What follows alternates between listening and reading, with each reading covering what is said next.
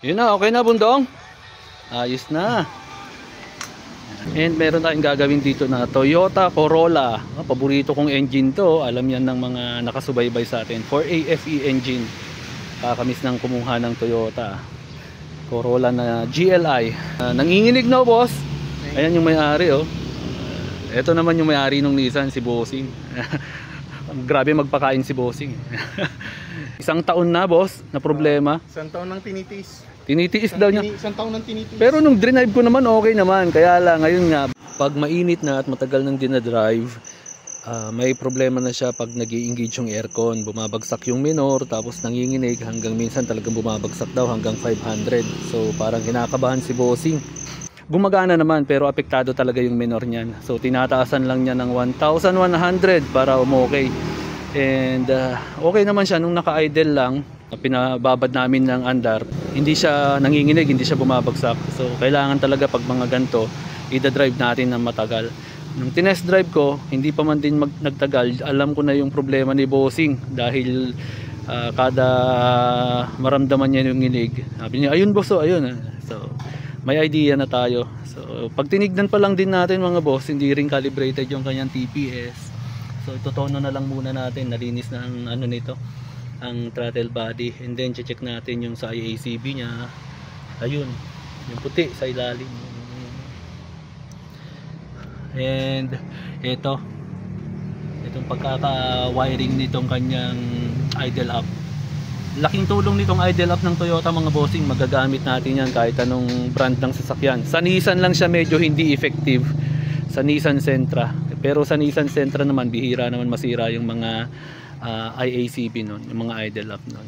Unless yung pagkaka-wiring talaga ay palpak. Yung kalimitan naman sa mga ginagawa natin na Nissan Sentra, kita nyo naman hanggang dito inahabol ako ng wiring talaga.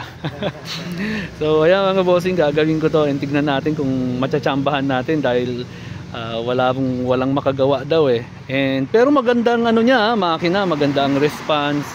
Nakakamiss talaga tong GLI. Power and fuel efficiency talaga to. Titignan natin kung mariresolve natin. Totono muna tayo, kakalibrate ng TPS. Nalinis na daw nila yung throttle body, so hindi na natin lilinisin siguro. At magwa-wiring lang tayo.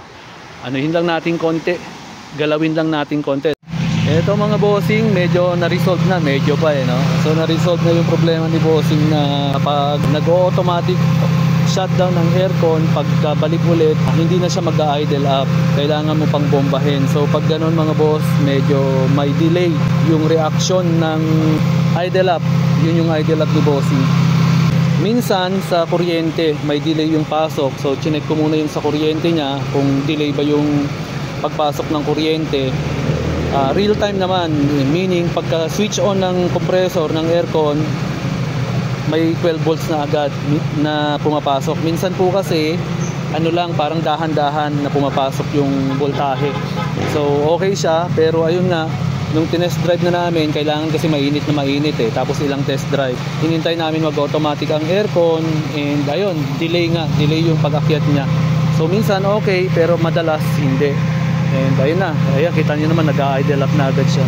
So baka yung idle up ninyo, yung valve po kasi yan, so minsan may delay ang pag-opening niya, kaya minsan kailangan yung bombahan para gumalaw yung valve niya sa loob, saka siya mag-activate para hindi na magbomba-bomba. Kasi nga si bossing, naiirita siya pag ganun.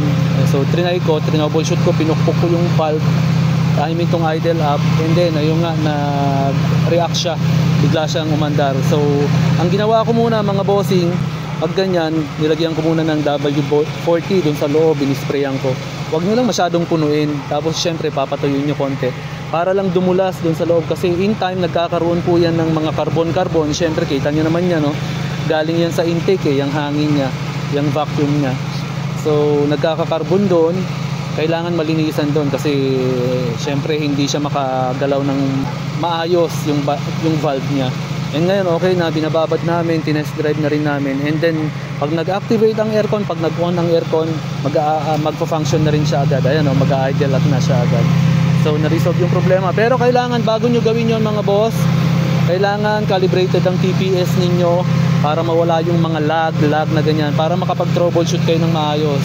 And kailangan malinis din yung IACV niya, yung magnet niya doon, and then functioning siya para maitono nyo rin ng maayos at ma-troubleshoot nyo ng tama yung problema ng mga sasakyan. So ayun po, na-resolve na yung problema ni Bossing at iwa-wiring ko na lang yung kanyang rod fan at kanyang condenser fan. So pagsasabayin ko na sila para pagka nag-trigger ang kanyang CTS ay sabay na yung kanyang condenser fan or auxiliary fan, and pag nag-on ng aircon sasabay na rin tong rod fan. So ayun mga bossing, bukas doon naman ako sa Nueva Ecija. Talavera muna yung aking unang destinasyon. Kita-kits tayo mga bossing. God bless po.